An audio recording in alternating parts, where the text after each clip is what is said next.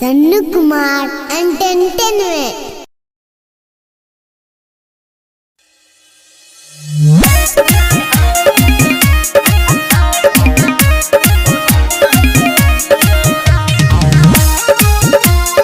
Music by Mantu मनी।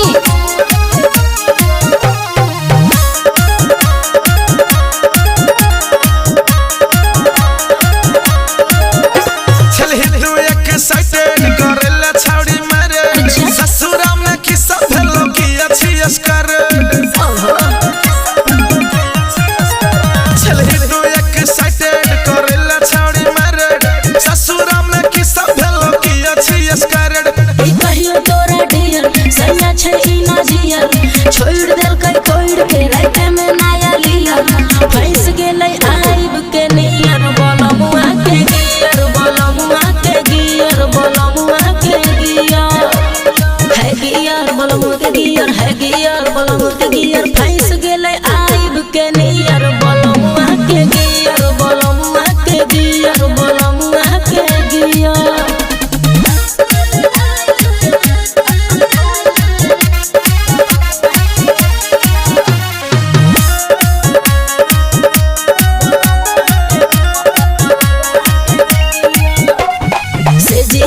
जब एलै जे सोचे छी सब भेलै राजा जी के पाजा में सुतै में खूब मजा एलै।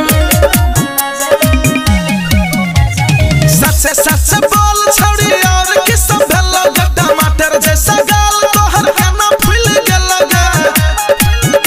सैया छेलै अनाड़ी नया छेलै रे गाड़ी कबो आगा करै छेलै कबो रे पिछाड़ी चलो तै नै लगै एको ईयर बोलमुआ के गियर बोलमुआ के गियर बोलमुआ के गियर है गियर बोलमुआ के गियर है गियर बोलमुआ के गियर फंस गेलै आइब के नियर बोलमुआ के गियर बोलमुआ के गियर बोलमुआ के गियर।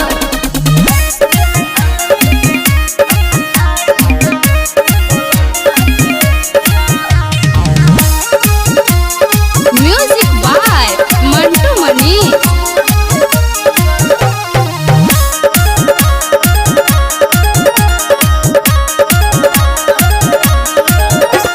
लाइट जब कट गेलै सैया हमर सैट गेलै 1 मिनट में सब मैटर निपट गेलै।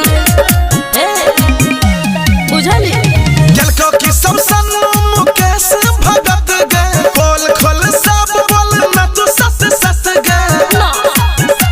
एकरा से दुखवा कहियै ससुरा में केना रहियै सैया छै मोर अनाड़ी एकरा पर अब रहियै फंस गेलै आइब के नियर बोलमुआ के गियर बोलमुआ के गियर बोलमुआ के गियर है गियर बोलमुआ के गियर है गियर बोलमुआ के गियर फंस गेलै